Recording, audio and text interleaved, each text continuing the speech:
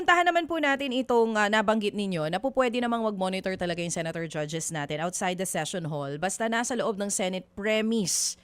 Ang banggit nyo po dahil dun sa continuing quorum. Pero ang mga ordinaryong tao, tinatanong dito, mahalaga yung nangyayari sa trial.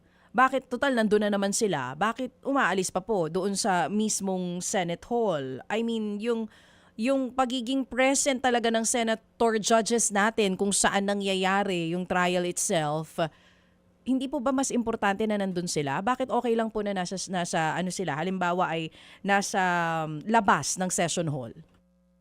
Well, kung makikita mo naman, DJ Chacha, no, na parang wala namang ganong gumagawa noon.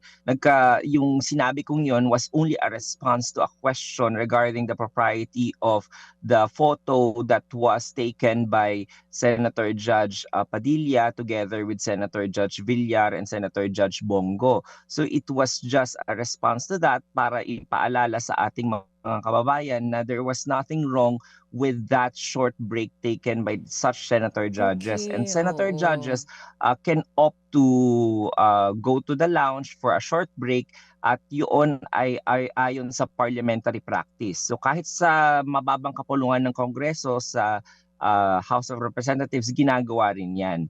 Ngunit ngayon, syempre, kung makikita mo, no, parang wala namang halos talagang gumagawa niyan. Napakabihira lang. Nagkaroon lamang ng attention doon sa nangyaring yun because of the posting of Senator Judge Padilla, and people who are against him was making a big deal out of it. So I was just responding na walang nilabag na batas o ethical duties yung ating mga senator judges when they went out for a short break. Oo, short break naman pala yun. Usually po ba, kasi syempre kung buong araw ito, kahit sino naman po, kinakailangan talaga ng break at mapapagod. But normally, during an impeachment trial, kung magbe-break man po yung ating mga senador, okay lang na hindi sila sabay-sabay. Syempre, at ilang minuto usually sila nagtatagal dun sa Senate lounge?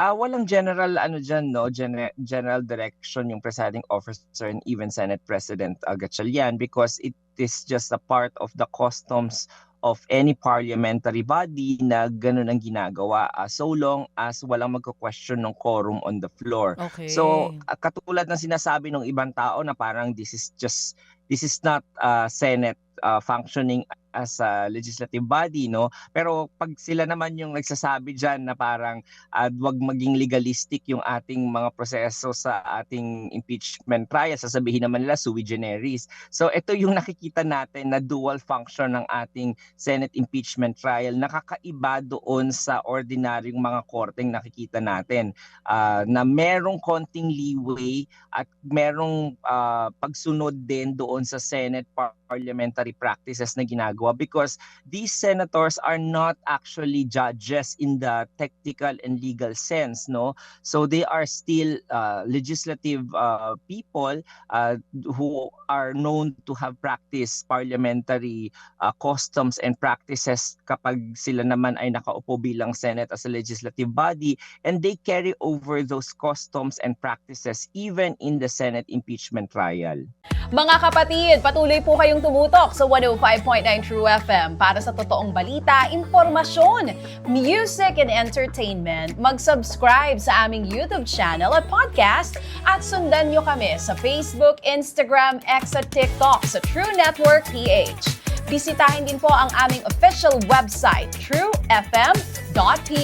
At panoorin din kami sa True TV Signal, Channel 19. Kami po ang 105.9 True FM. Laging true sa'yo, kapatid.